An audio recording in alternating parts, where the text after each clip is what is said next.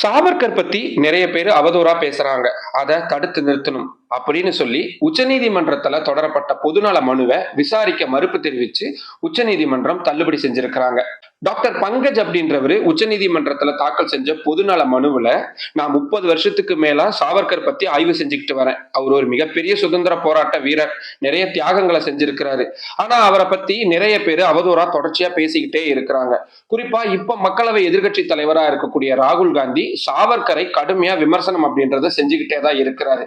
இதை தடுக்கணும், இதுக்காக மத்திய அரசுக்கு சில முக்கியமான உத்தரவுகளை பிறப்பிக்கணும் அப்படின்னு கேட்டிருந்தாரு.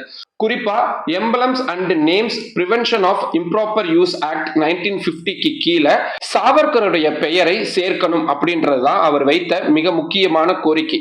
அதாவது இந்த சட்டத்தின் கீழே தான் நம்மளுடைய அசோக சக்கரம் ஆகட்டும், தேசிய கொடி, இந்த மாதிரியான தேசிய சின்னங்கள் வரும்.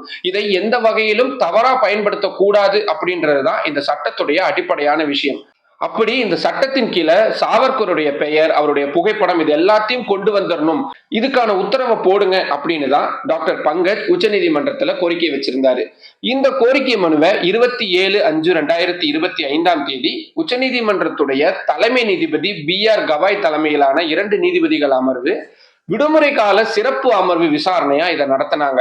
அப்போ இந்த கேஸ்ல எந்த விதமான அடிப்படையான விஷயங்களும் இல்லை.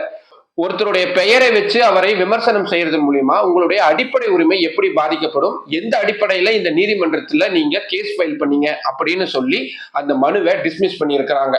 சாவர்கர் குறித்து ராகுல் காந்தி அவர்கள் பேசுறது இப்ப மட்டும் இல்ல, பல தருணங்கள்ல விமர்சனங்களுக்கு உள்ளாயிருக்கு. பல நீதிமன்றங்கள் அவருக்கு எதிரான நடவடிக்கைகளை இதற்காக எடுத்திருக்கிறாங்க. ஏன் சுப்ரீம் கோர்ட்ல கூட சில வாரங்களுக்கு முன்னாடி இது சம்பந்தமான கேஸ் ஒண்ணு வந்தப்போ சாவர்கர் பத்தின விஷயங்கள் தெரியாம அவர் சுதந்திர போராட்டத்துக்கு ஆற்றிய தொண்டை மறந்துட்டு ராகுல் காந்தி பேசுறது சரியில்லை அப்படின்னு உச்சநீதிமன்றமே விமர்சனம் செஞ்சிருந்தாங்க.